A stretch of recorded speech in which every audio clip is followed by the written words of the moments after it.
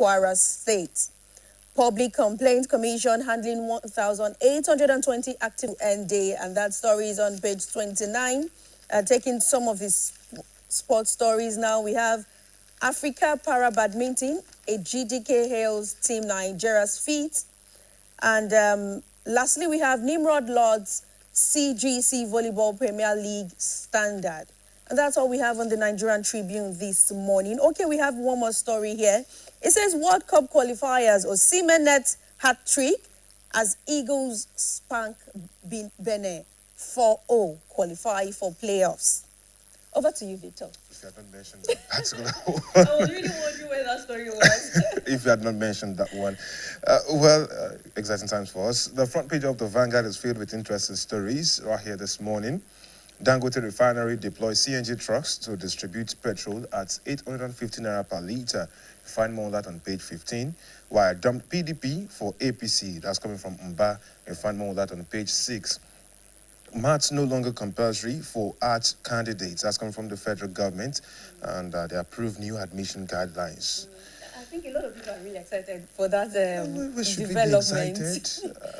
I mean, talking of mathematics, sometimes we say, oh, for those in art class, what do they really need mathematics for? But I'm sure over time we will see and understand better. Actually, while watching football yesterday, a lot of Nigerians went through their mathematics. Personally, I still do not understand the calculation behind, that particular fixtures, but...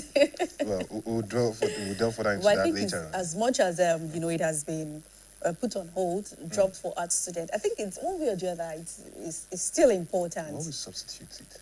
Well... Anyway, still continuing in the headlines that we have right here. Defections, we warn Nigerians of APC's one-party game plan. That's coming from Wabara. You find more of that on page 6.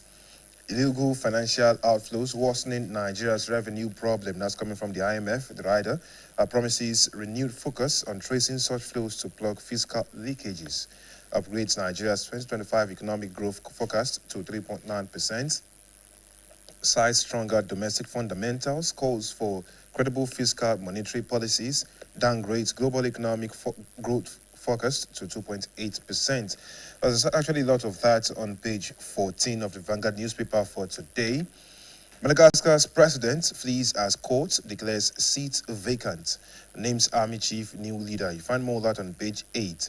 Opeolo to commissioners, always wear Tinubu's cap during ESCO meetings. That's quite an interesting one, I would say. And you find more on that on page 12. ASU, reps move to avert breakdown in university system. NLC draws battle line with federal government over education crisis. You find more on that on pages 8 and 26. On page 32, we have a FIFA 2026 World Cup qualifier. South Africa celebrates as Osimhen sends Nigeria to playoffs. Well, that's quite a moment for us yesterday. Now into the inside stories that we have this morning. On page 5 of the Vanguard newspaper, federal government, World Bank push for self-sufficiency in malaria commodities. On page 6, why I quit PDP for APC. Demolition of Igbo property in Lagos. Union threats over federal government silence. Vehicle manufacturers innocent to build CNG plant in Bayelsa. And, those are the stories we have on page 6. On page 7, our birthday visit ended in tragedy for Genekaru, a young father in Warri. He just went to visit a friend, and there's quite the details rather on page 7. On page 8, we have a smear campaign against Tunji Ojo, dead on arrival. That's coming from APC. Money laundering, courts rejects federal government's evidence against ex-NSA, Dasuki. And Martins calls on leaders to prioritize effective governance over politicking. On page 9, PDP's NWC postpones 103rd NEC meeting. And we have federal government, British Airways seek fair competition and mutual growth. Okay, we have this one, 2027. APC won't rely on its governors to win presidential election. That's coming from Orji Kalu. ADC to National Assembly. Don't turn Nigeria into nation of endless campaigns. Once early 2026 polls will derail governance and shorten Nigeria's political calendar. And also this one on that page, the world was unite to dismantle criminal drug networks, Marwa tells UN session. We have more stories right here on the inside pages of the Vanguard newspaper. Police in Delta rescue kidnapped victim in forest. That story is on page 12. We have a bravery flags of reconstruction of bad portions on Warisa Pellet Road. And yes, we have a group offers free medical services to over 2,000 indigent persons in Baramatu as a foundation task National Assembly on INEC appointment review. We have some interesting ones on page 15. Tinubu secures Shell's $2 billion offshore gas project, and Naira depreciation not necessarily bad. That's coming from the IMF. Okay, moving on to what we have on other pages. On page 19, I've forgiven my daughter-in-law that killed my son. That's coming from Issa. Says he appealed to Buhari Tinubu to pardon Miriam Sanda. Well, quite an interesting one in light of what has happened recently. So we move on to page 20. My husband's dead wife's ghost haunts me. That's quite an interesting one also on that particular page. Okay, moving into page 23. How Mba's defection sealed PDP's collapse in the southeast. I think some people might want to read up on that to understand better. On page 24, Rep. Simon CBN banks over unexplained customer deductions. Osage orders hail Nigeria's democracy, growing global influence. NLC draws battle line with federal government over crisis in varsity system. Summons emergency meeting with ASU, NASU, SANU, 7 others. Rejects no work, no pay policy. And on Naira Watch this morning on page 26, Naira depreciates to 1,495 per dollar in parallel markets. On page 27, transition politicking leaves IRDC contractors deeper in debt. Okay. On the sports page on page 28, Bafana qualify for World Cup. Sweden sack manager. Celtics defeated 7-0 by the Gambia. Guinea 2-0 with Botswana. And Somalia were defeated 1-0 by Mozambique. Swan issues a disclaimer notice on Olatutu, Oladoni, Bello Omotunde. Zambia government suspends funding for national team. And World Cup qualifier, police stormed dressing room to arrest player. Well, it didn't happen in Nigeria, from what we're seeing right here. It happened for Nicaragua. Okay, interesting. Interesting details on that one. And on the back page, you'll see the playoffs, the table for the playoffs, and what it means for so many out there. We have Ghana can win 2026 World Cup. That's coming from their sports minister. And yes, we read that story about Zambia government suspending funding for the national team. South Africa celebrates as Osimhen sends Nigeria to playoff. And there's a list of, fixtures and results for games that did happen yesterday, both in the UEFA World Cup qualifiers as well as the CAF World Cup qualifiers. And that is as much as we can take this morning on the newspaper review segment right here. We're going to break. And up next is the weather report.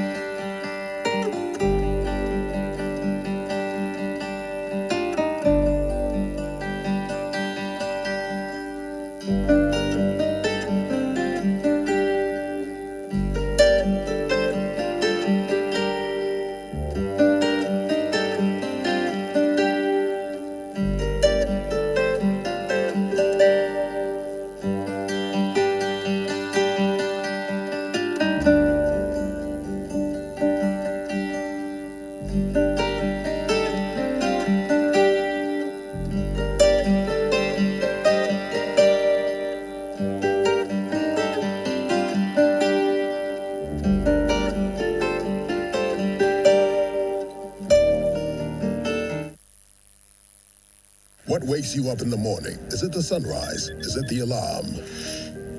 No. It's your dream that wakes you every day. It's what drives you like a powerful engine. That's why you start strong every day with the rich, creamy taste of Nescafe Original 3-in-1, carefully crafted from selected coffee beans. You are on your hustle, and you won't stop until you succeed. Start strong, finish strong. When malaria knocks you down, you can be sure parasites are having a party in your system. Welcome to our new kingdom, guys! Comel, an effective weapon against malaria.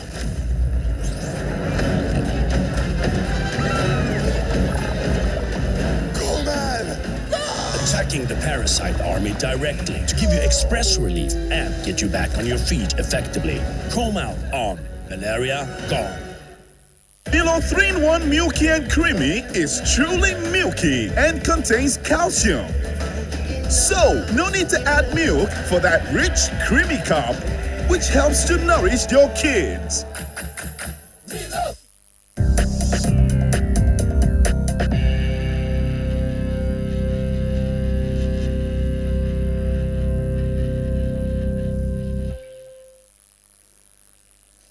All right, yes, thank you very much for staying with us. This morning, we are looking at NAS's proposed reforms ahead of next general elections. And of course, we understand and believe that the next general election is supposed to be 2027. But what is NAS saying about that? Ahead of the 2027 general elections, the National Assembly has proposed that presidential and governorship elections be conducted in November 2026 instead of the usual February or March of the election year. The bill, which seeks to repeal the 2022 Electoral Act and enact a new Electoral Act 2025, drew lawmakers, civil society organizations, and other stakeholders to the one-day session. Lawmakers say the amendment aims to allow sufficient time for the resolution of election disputes before winners are sworn in, adding that the amendment would help prevent situations where court cases linger after winners assume office. So that is basically their reason. Victor, the reason why the NAS is proposing, let's bring the election to 2026. So, it will give the judiciary ample time to sort out the court cases before the winners of the election eventually assume office in 2027. It's quite interesting when we have moves like this, and it brings a lot of things to the mind. For what it's worth now, one of those reasons is good enough. But then you also think, if we actually want to solve those problems after the elections are done, I think we can sort them before they actually do the swearing in and all of that. We can have it solved if we are serious about it. But then because of the back and forth that they always indulge in, it keeps us drawn back. But then I'm also looking at another thing that could possibly come out here. Okay. First off, we have seen a gale of defections from earlier on this year. All of it towards 2027. And we had another one yesterday, the Enugu State Governor, defecting to APC. Already we're having some people beefing up on 2027. And it's causing issues. Now, there goes the benefits of governance, because if your governor, if your president is fully focused on 2027, 2026 as they're proposing, it becomes a lot more problematic, because when will they get to focus on actually governing the people, doing what they should do? And then you think about what happens right after. Will they be able to focus fully on the job if the elections are done by November 2026? Would they be able to focus? Because now you're talking about the fact that we would go through all of those complaints, the judiciary and everything. Making sure the election holds 185 days before the expiration of the current current administration. It's just a whole lot, as much as some people are saying it's a welcome development, especially because of the court cases, that will always be there. From some other quarters, they're also saying it's not good enough. Especially, let's also consider the fact that we just have a new INEC, new nominated INEC chair. Is it really ready to face the election coming 2026, if eventually it was moved from 2027 to 2026? Now, there's some people speaking. This morning, we have ADC who have reacted, and that's the African Democratic Congress, who have said, don't turn Nigeria into a nation of endless campaigns. And, they're talking about how early 2026 polls might derail governance and shorten Nigeria's political calendar. I mean, this is one of the things that we'll be thinking about, because policies will then stall. Given what has happened, projects will get abandoned. There's no two ways about it. And all their focus will be on elections. So if we are going to have all of this coming through, it's better we stick with the number of days that we actually have and just use it that way, work our ways through the electionary period at that particular point in time. Which is to say, if we bring it to November, people will be able to actually pay more attention to what's there. And it is also good to add that, sometimes when these proposals are made, do they really consider the effect it has on the people? Do they really think, I feel like sometimes this should also be brought to the public, to let the public also have a say in some of these decisions, considering the fact that Nigerians would also be the ones to come out to vote. And we also have the issue of voter apathy. Are Nigerians really ready to come out in 2026 to vote? Are we really putting the work? Are we really sensitizing people to let them understand and to let them have the confidence in our electoral systems? These are all conversations we will be having this morning. But before we go into that, we'll be right back after this commercial break. Please stay with us.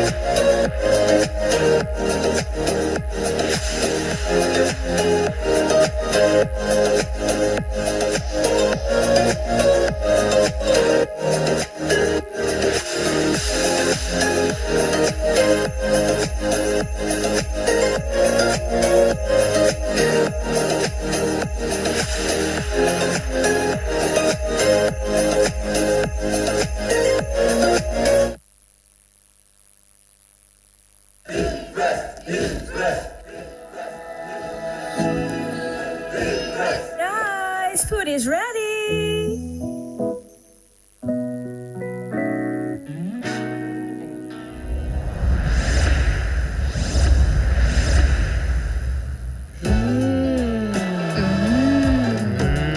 Suitable for jollof rice, stew, spaghetti, and yam portage. Cooked to impress. In today's fast-paced world, staying ahead demands peak performance from our bodies. Like never before, our bodies need an optimum supply of essential nutrients, and Supermalt supports our daily nutritional needs. Supermalt has 20 essential vitamins, minerals, and natural extracts for overall health and wellness. One Supermalt a day gives you energy and vitality, improves your mental performance, and supports your immunity. Sonia tomato mix, stand up. Is it to open? Is it to squeeze? Is it to scoop and is it to stir? Dishes come alive with so much taste. Sonia tomato mix, of course. Sonia tomato mix, yes sir. Sonia tomato mix, stand up. I'm in love. Oh, with you, of course, my darling. Sonia tomato mix in a new stand-up pouch.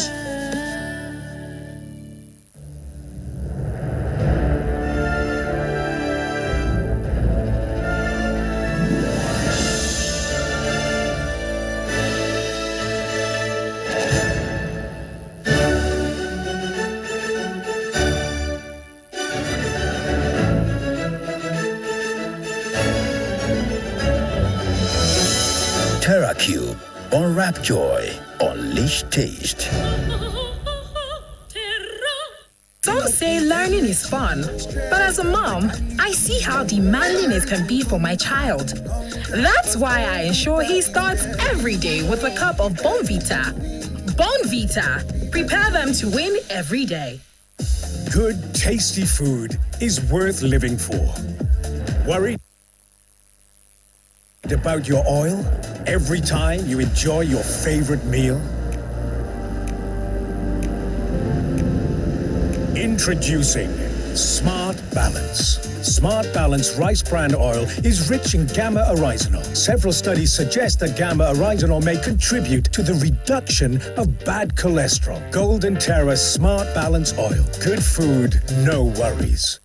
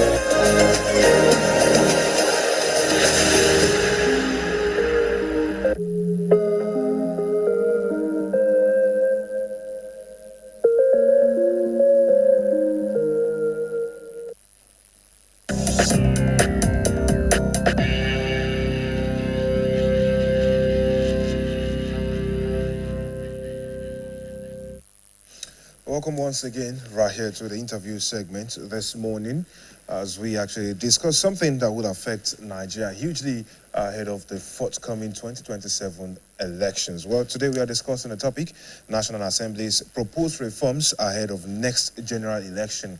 What it means, the agenda behind it, the conversations surrounding it, and what it will actually provide as solutions to what we have seen as problems in time past. We'll discuss right here this morning. But I trust us to always bring in an expert to discuss these issues. We have a legal practitioner right here. He is actually a senior advocate of Nigeria and the person of Musibao Adetumbi. You're welcome this morning. Good morning. Morning, madam. It's good to have you. Yes, morning. Yes. All right, so we have seen that drive, the promise to push some reforms. One that would mean that our elections will come through in November 2026 if it goes through, just because they want to ensure that all the processes right after the elections will be sorted before they go ahead with the swearing-in ceremony. The agenda behind it is already clear, but then some people are also having reactions to it. What was your first thought on seeing that reform agenda? Well, you see, as far as I'm concerned, there's nothing that is wrong with our constitution. Substantially, the constitution is okay. The constitution is perfect. But the operators of the constitution, the operators are the ones that are sick. And if you leave somebody, the person that is sick, and you are attending to somebody that is not sick, we will still not get anywhere. It will just be, we will not achieve anything. It's not about the constitution, it's about us. The problem lies with us and not with the constitution. So if you like, conduct the election in, they are talking of November, let them conduct it in June. We can still face the same problem. So, but I mean, in all, do you think moving the election from 2027 February, March to November 2026, do you think it's still the best, or do you think it's a good decision generally? I've told you that the fundamental problem is not about the constitution, but about the operators of the constitution. Anytime you are going to conduct an election, are you ready to conduct a free and fair election? Are you ready to conduct a credible election? Maybe the movement will help them be able to conduct that. So something is wrong with March, and nothing is wrong with November. That's what you're saying? It might be. Maybe they feel that period of time would help them, maybe accessibility to where they should deliver to, among several other things. Security could also be, according to the analysis. For the past, how many years? You've always been having 4 years to prepare for an election. That's INEC. Now you want to reduce it from 4 years to about 3 years or 3 years, 2 months. So which one is more? We have a new INEC, head now. No, you don't have any new INEC. INEC still remain INEC. What is going to change is just the chairman of INEC. Well, the head. The personnel, the head. And a tree will not make a forest. So, because whatever his name is or whoever is he, I don't have anything against him. I pray we'll be able to succeed. But that does not mean that he's the only one that will come and change everything. But NAS is saying for the reason why they are moving in from 2027 to 2026 is to give way for all judicial matters and any court cases before the new administration assume office in 2027. The judicial cases are not the problem. It's when we believe, when we see that these elections are not free and fair, that's when you file cases. How can we conduct a credible election such that we not even need to file petitions? That all of us will see that, this election is fair. Or we have minimal petitions. That is the issue. The issue is not about you are moving it from March to November. If the personnel, the one conducted in Edo that generated a lot of crisis, was it conducted in March or November? Well, it was conducted sometimes. And then the people came out to say, no, this election was not credible. And you went through a judicial system. One thing with judicial system is that it is about evidence.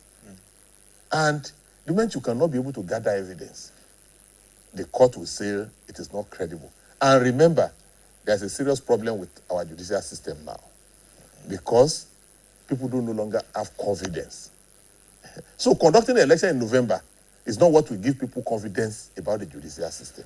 And so what do you think is going to be the potential implication of holding an election 185 days before the expiration of the current administration? Well, that means, fortunately for us now, we have a president-elect.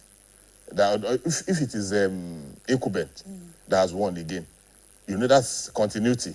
So you won't have maybe two feasible presidents. But if 185 days, you have one president sitting in power, another president as a president-elect for that kind of a long time. I don't think it is reasonable. All right, now let's look at some of the reactions that we've seen to this. The biggest one this morning has been that from the African Democratic Congress, who said the National Assembly should not turn Nigeria into a nation of endless campaigns. Now, this is their reason. They have warned that those polls, if shifted to November 2026, will derail governance and shorten Nigeria's political calendar. Now, if we look deeply into that, we understand that all the noise that we have been hearing will increase. The decibels of those things that we have been hearing, about the political movements and all of that will keep increasing in the build-up to the 2026 elections, if that is a time frame picked with what is being pushed now. How big of that is an issue for us, especially looking at our politics? You see, our problem is simple, and our problem is easy to address if we are ready to address it. But the truth of the matter is this: we'll always like to deceive ourselves. And you see, this is a country. I was watching TV news yesterday, and I saw some senators and whatever, the campaign. One was read by the Senate president. One was read by the Speaker of the House of Assembly. You are celebrating the violation of your own constitution. A society that celebrates the violation of its own rules has nowhere to go. That's a serious problem that we don't know. Our law says, except there's a serious crisis, you cannot defect. And if you defect, you must be removed. But it's the Senate president or the Speaker. Senate president is number 3, for crying out loud. The Speaker is number 4. And these are the people that will read out letter. Or people carpet crossing when that there are no crises in that political party. So we are celebrating the foundation of our own constitution. But do you think there are no crises in that political party? From the political party, they are defecting to the other political party? Some defected from PDP. Yes. Which crisis do you have in PDP? I mean, PDP... Let's look at PDP, Labour Party. For the past few months, there's been crises. Which crisis? They've been having issues, and talking of, the Wike faction, talking of the Congress they had in Abuja some months ago. The initial location was locked before they moved it to another location. And so many crises has been. Let's also look at Labour Party and their leadership crises. I mean, that could have also been a good justification for them, don't you think? No. There is no political party without its own crisis. How long did it take APC, the ruling party, to even get a chairman? For years, they were living with acting chairman. Within the time they won the election up till now, the person there now will be the 3rd chairman.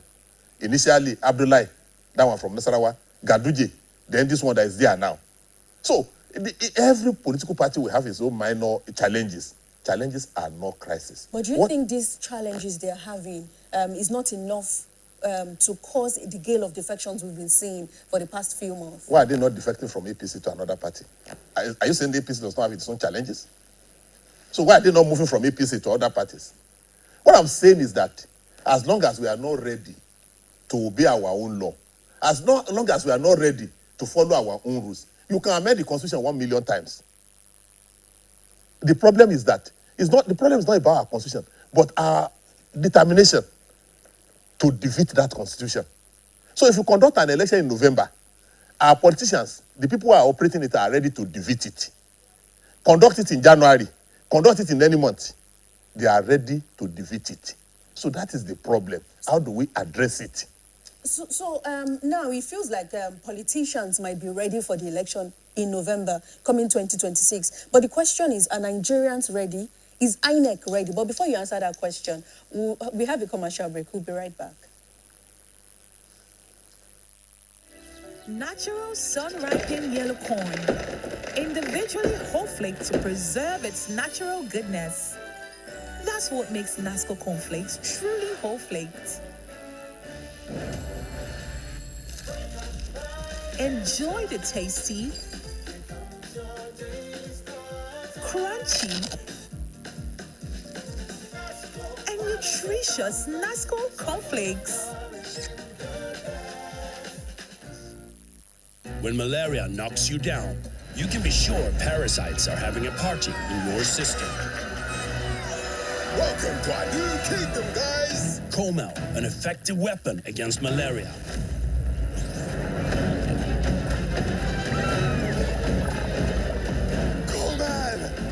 Attacking the parasite army directly to give you express relief and get you back on your feet effectively. Comel on. Malaria gone. Want to know what's coming, guys? The free beach ball! I guess I'd better start again. Oh, here we go, everybody. Free beach ball! Yes, guys, there's a free beach ball in every carton of Capri Sun. Get a carton, get a ball. It's time to play some more. Play! Capri Sun, the taste of fun.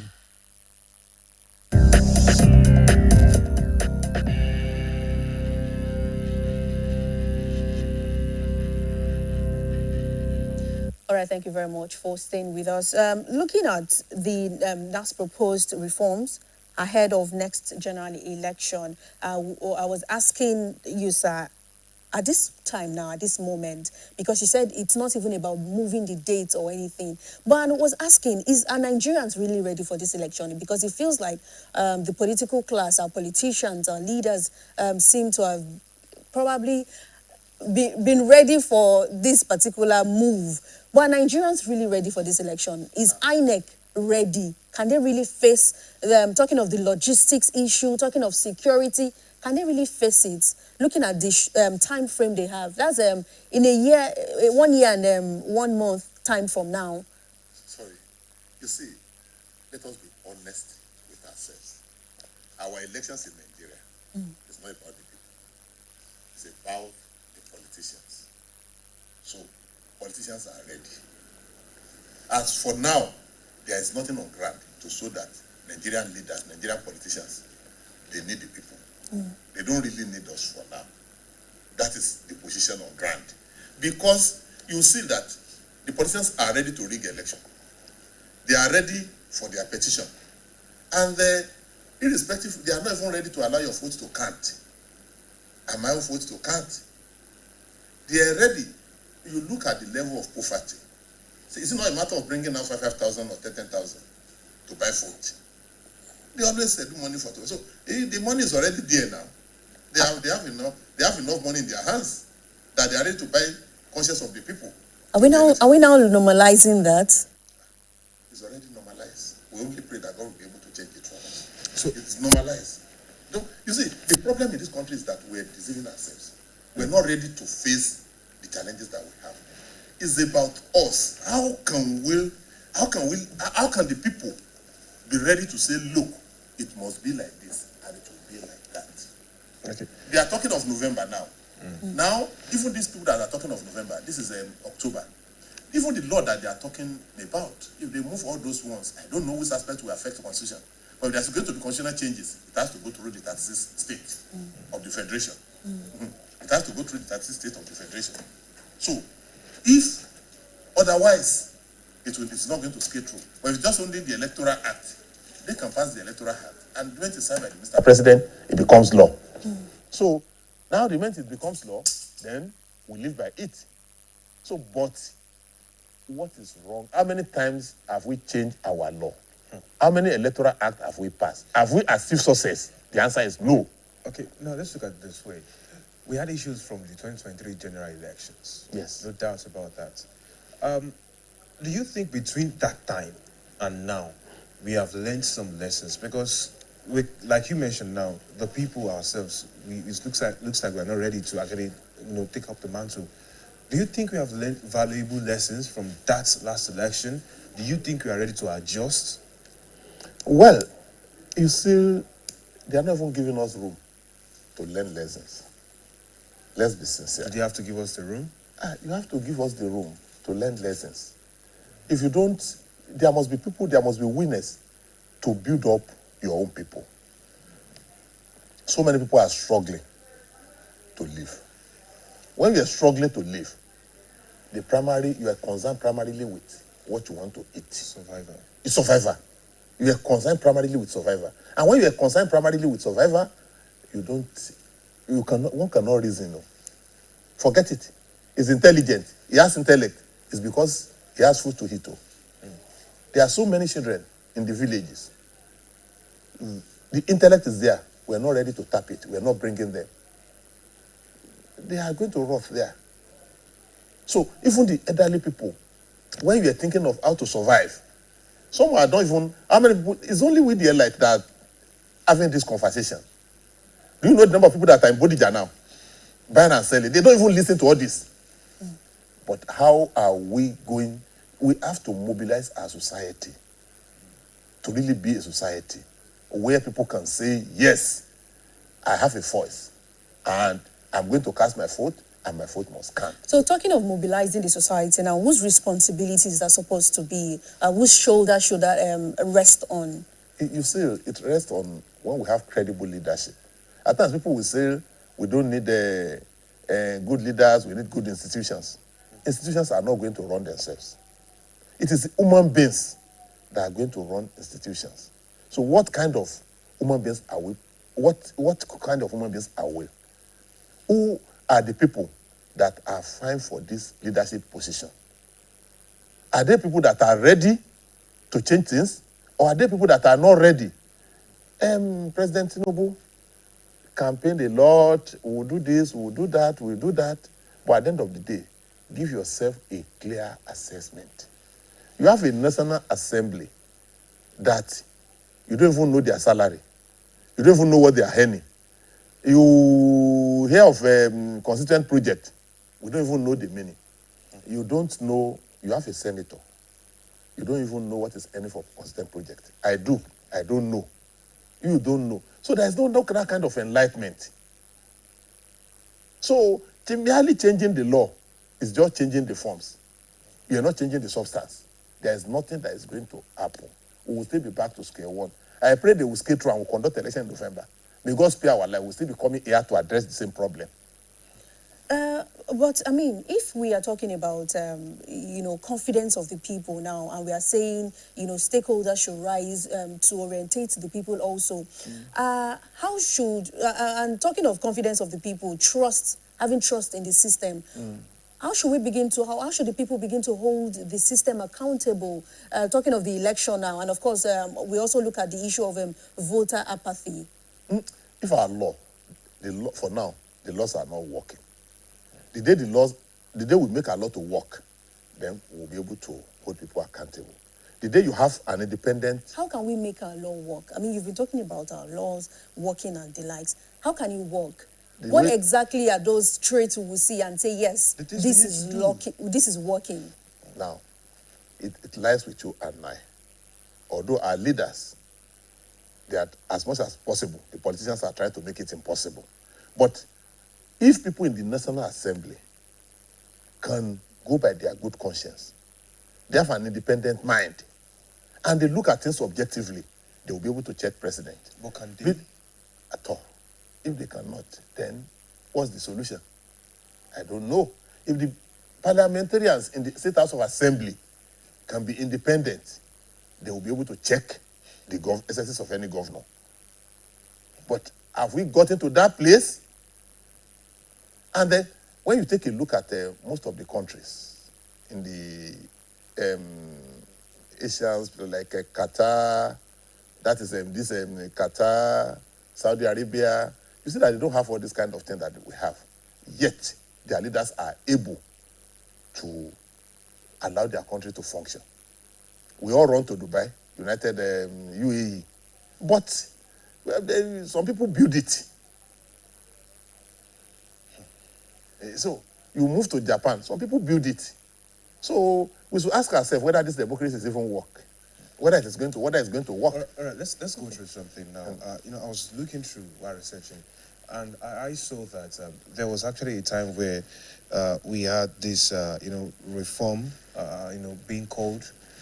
Now there's a citizens' memorandum for reform of the electoral legal framework, and it's been published containing proposals for changes to both the Constitution and the 2022 Electoral Act. Now, how do we act on this? Because citizens, not everybody will lay their hands on it. Just published proposals. How do we actually get this across to the right people and then get the feedback of these people to the people that matter that can effect these changes? Well, the need to effect changes belongs to all of us. Although some people will lead. But the kind of people that we have in politics, most of them now, they are concerned about themselves. We have a long way to go. Right? Do you know the number of out-of-school children that we have? They are talking of, I think they are talking of, I don't know, but I'm sure that people are talking of about around 40 million, whatever, out-of-school children. If we have that kind of out-of-school children, what will be their contribution to this thing that you are saying?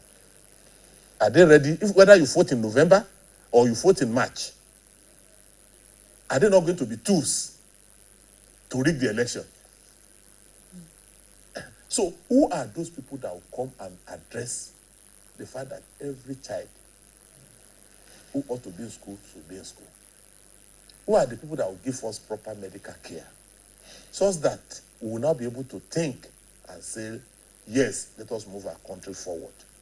But should this lie solely on the shoulders of the federal government alone? We have state government, we have local government chairmen. How are we holding them accountable for, such issues you're raising now? You see, in the law, you have a lot of provisions on how to hold them accountable. You have a lot of provisions. But when it comes to implementation, we do not implement. I remember when we went for our conference in Enugu, the Sultan of Sokoto, who was the chairman, said justice is now a possessible commodity, that the rich commit crimes and go on scot-free. You'll see, we'll come here and shout, bail is free, but we all know that bail is not free, whether we like it or not. You cannot easily enter court and get justice. It depends on your ability. You cannot easily claim to have, so many people cannot claim to be able to be entitled to 3 square meals. Then all these things that you are discussing, what significance will it make to those people? Those are challenges that we need to address. And that's why we're talking of, orientation, stakeholders coming together to do what they should do. But apart from this, moving the election and all, other issues were also raised. According to the draft, the use of the permanent voter card, PVC, will not be compulsory since the bimodal voter accreditation system does not recognize the microchip in the PVC. It added that every registered voter would be able to download and print his voter's card whenever the need arises. Lawmakers said the move would eradicate the buying and selling of PVCs, which had plagued past elections, and make voter verification entirely digital. Do you think this can be achieved? It cannot. If with determination, you may not even need to change PVC for you to be able to achieve a free and fair election. Remember that we did not start with PVC. Yes. We moved to PVC because we said that it is going to cure election rigging. But we find out that it has not done it. We are moving to downloading. Now, if you want to download, if you go to Bodija Market now, look at that population there, where the wife is. Ask where the children is. On its own hand. They really are not living in the reality the people are living in. How should we now begin to, make them see the pain and feel the pain of the people? But before you answer that question, we'll be right back after this break. Please stay with us.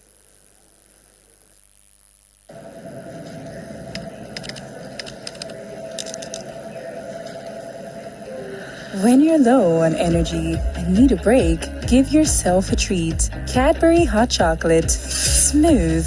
Crafted from cocoa, milk, and sugar. Creamy. Chocolatey. Frothy goodness. Rich taste. So satisfying. Cadbury 3-in-1 Hot Chocolate. The treat you deserve. The world needs moms. With a splash of golden terra oil, a mom can transform a frown into a smile. Change no thanks into yes please. Resolve family feuds without blowing a whistle. Providing tasty family meals is all that matters. Where there are moms, there is love. Golden terra oil, pour pure love.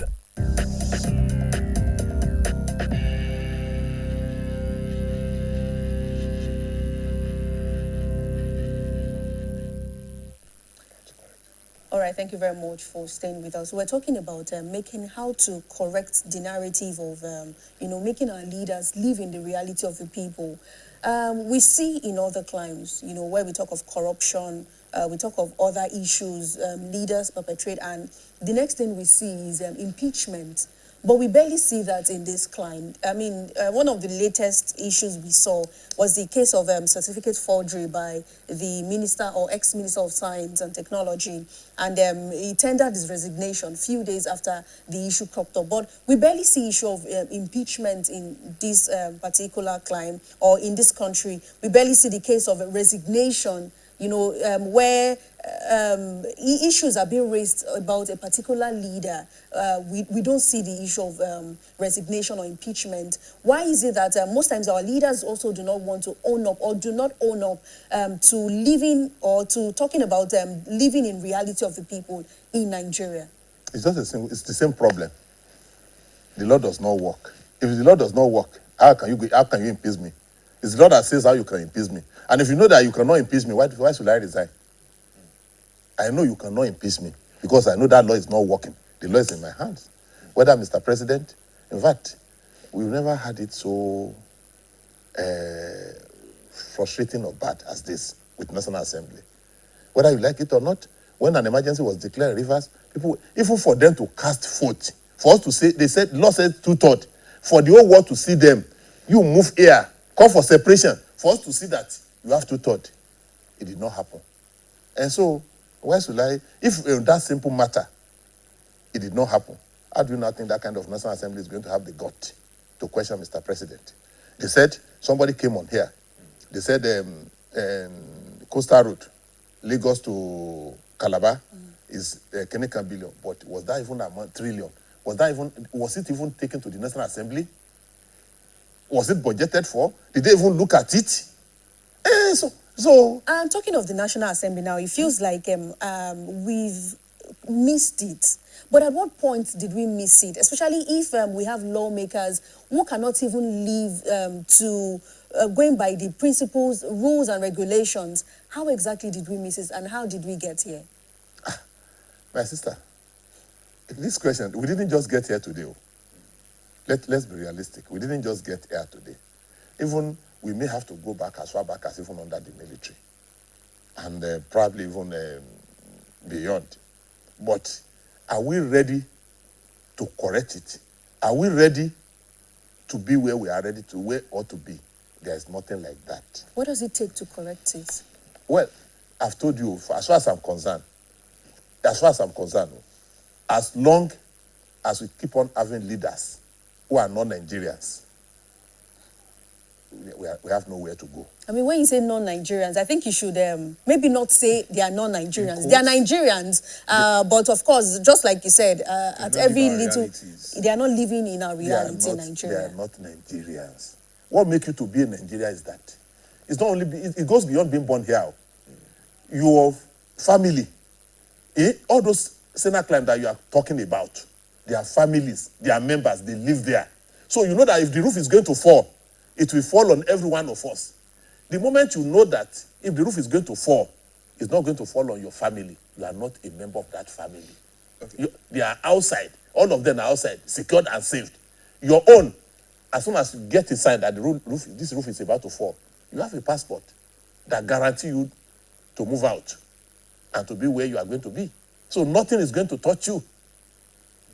We are preparing, we are working, we want the society to be better because we are all going to benefit from it. But I don't, my children are not here, your children are not here, they are not even going to the schools. So why should I repair the schools? Okay, why should I build it? The hospitals, my family are not going to go there. So how can you say that then you are in Nigeria? Okay. When we don't even feel, you don't even need to drink our water. Even if you want water to come from every day from America, it will come. Okay. You don't need to go to our hospital. So what is the attachment to the country? All right, let's beam our lens and focus on the dynamics that we are expecting to see. From the beginning of this year, we have had a gale of defections. We have had issues between political parties, the calling outs, the back and forth on some certain trends that we noticed. Now, how do you see the political dynamics playing out before the ending of 2026? Because it looks like that might actually matter in the grand scheme of things that would give us something for the reform that is being proposed. You see, yesterday, deep down me, I was weeping for my country.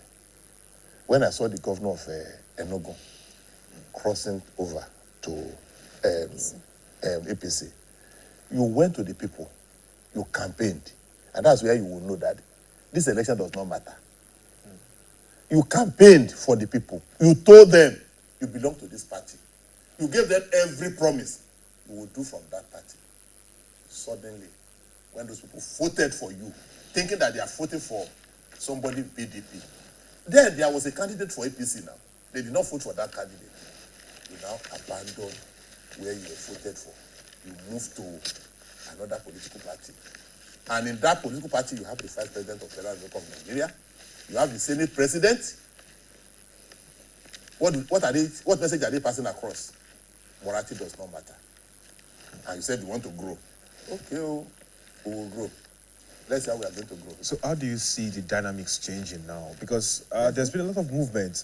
In fact, some people said they have warned earlier about the plans for APC to have a one-party system. Remember, there was also a time where we had one of the stakeholders in the APC say that they will make Nigeria a one-party state. You know why people are moving? Do you know why? Why those people are moving? To get back to that post. It's not about election, but about power. And today, that power resides with APC. So everybody is trying to run for cover. So that power is going to be the umbrella. But talking of power, don't you think these people are going in there? Going in there in their numbers, strongly in flux now. Don't you think that they would have problems ahead of the elections because there's so many of them gunning for the same ambitions? And let's pray that they have problems now. Why? Why should we pray they have problems? So that at least we won't run into a one-party state. If they have problems, it's going to scatter and the bubble is going to burst. So if they start fighting among themselves, maybe that's what God is going to use to deliver us.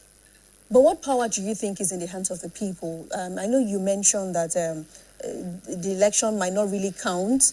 And of course, I beg to disagree with that because as much as every Nigerian is going out to vote, our vote counts one way or the other. But what power do you think is in the hands of the people? And how do you think the people should use the power they have? The power in our hands. They've collected it from us. What power is that? Our power is the power to change them, the power to vote. But they've refused to allow our vote to count. How do you think our vote does not count? You see, look at what happened. Let's pick Edo. Edo was the last place. People voted. They struggled, they voted. On the IRF, different figures. On the paper, different figures. At the end of the day, were they able to prove anything? Nothing. Look at the man that went to represent PDP in that Edo election, the governor of Adamawa. The man was like, since then, I've never heard that man saying anything again.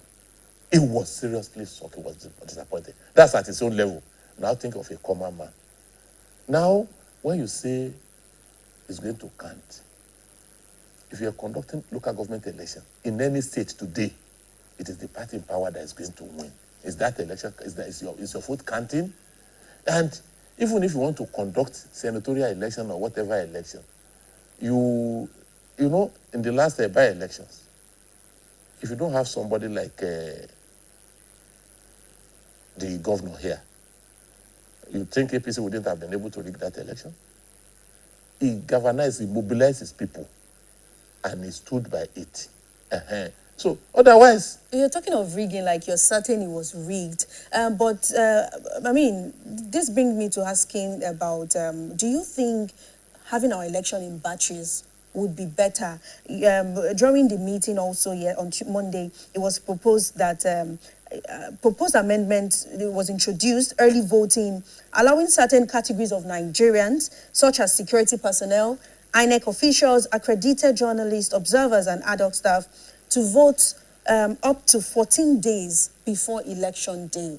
You know, voting in batches. Do you think it will help us? And of course, also bring accountability to our electoral process? There's nothing that is wrong, because they are Nigerians and they're able to vote. But if they want to vote 14 days, how? And is it going to count? You see, look, when you give somebody 5,000 naira yes, to vote, do you think that vote count? You did not give him the opportunity to sit down, to assess. Would this one be better for me? Would this one be better for me? Instead of talking about our vote counting, do you not think at this point we should start looking at how Nigerians as a whole will begin to monitor our votes, how people are voting, how people are going in and out of the polling unit to vote, and we keep a tab on the increase. And hold people accountable also. We are voting. So you see, you use one word to monitor. Our leaders ensure that it is possible to monitor. You use the word to hold people accountable. Our leaders make sure that it is impossible to hold anybody accountable. How so? How so?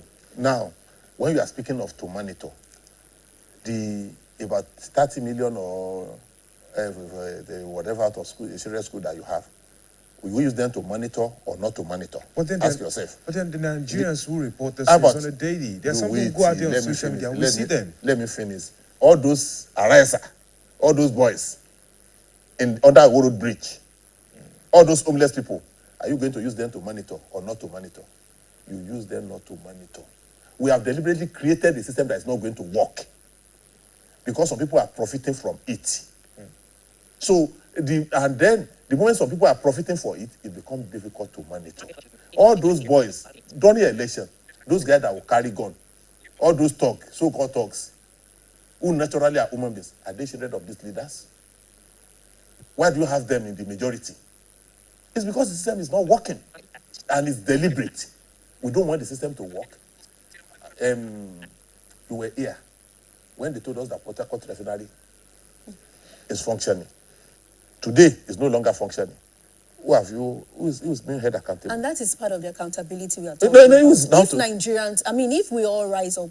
I know at some point, just on Monday, I remember on Monday, a committee in the House of Representatives, summoned the head of the refineries and says they should come and give account of a certain $1 billion that was given, for the, refurbishment or something of the refineries. I think when Nigerians and stakeholders begin to question these decisions, some of the decisions made by our leaders, don't you think we are at that point working towards creating a better Nigeria? The people that will... Before you answer that question, we have a commercial break. We'll be right back. In today's fast-paced world, staying ahead demands peak performance from our bodies. Like never before, our bodies need an optimum supply of essential nutrients, and Supermalt supports our daily nutritional needs. Supermalt has 20 essential vitamins, minerals, and natural extracts for overall health and wellness. One Supermalt a day gives you energy and vitality, improves your mental performance, and supports your immunity.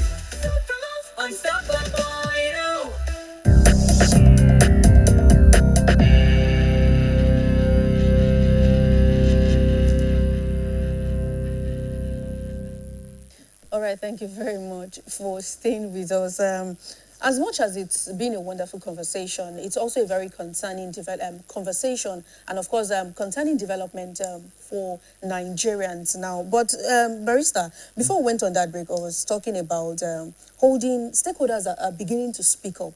They are beginning to hold our leaders accountable, but it's not just stakeholders now, because as much as the number of stakeholders might not really be able to speak for all Nigerians, I think Nigerians also should begin to rise up. But the question is, how do Nigerians, and I think I've asked that question a few times now, but I feel like you've not really answered it the best way I feel some of our audience would like you to answer it.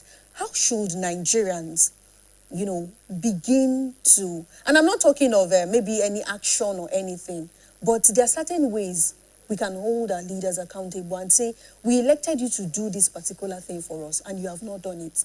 We are giving you this ultimatum. Are those not possible? It's not possible. Why is that? The fundamental way to hold a leader accountable, the first one, is to have a free and fair election. You know that if we are not satisfied with you, we are going to vote you out.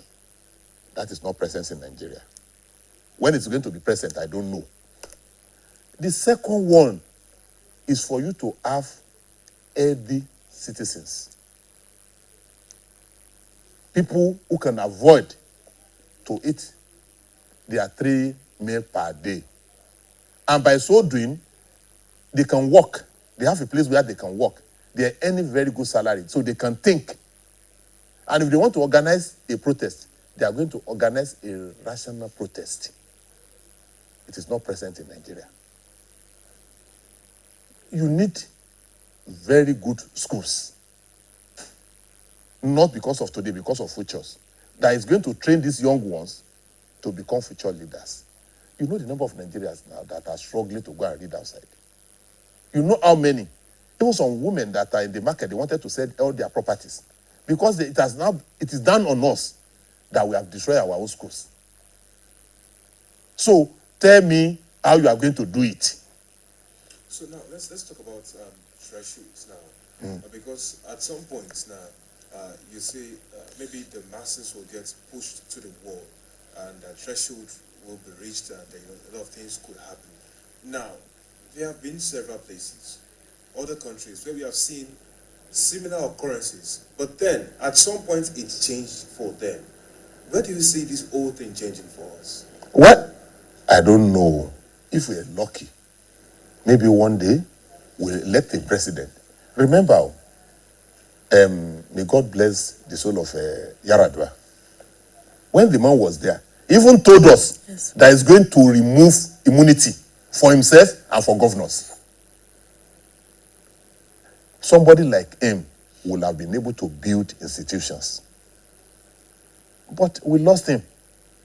Probably we may be lucky one day. We're going to have somebody who is going to be able to do that. Remember, you can call back. Aside from the fact that the man was sick, look at his lifestyle. Everything was so simple. And he was ready to push along that line. But he was sick. And eventually... But looking at this reform now, do you think there's an agenda to it? All these reforms that they are doing? Yes. To me, it looks like a better way to push us into one party state. Honestly, that's the way it looks like for me. Because we are going to conduct elections this month too, just like, everybody will struggle. At the end of the day, you have so many senators elect and whatever for that number of days. What are you going to be doing? So, as far as I'm concerned, honestly, I don't see any reform. Because it's not that these things are difficult. But we got this democracy in 1999. We've carried out several reforms, several constitutional amendments.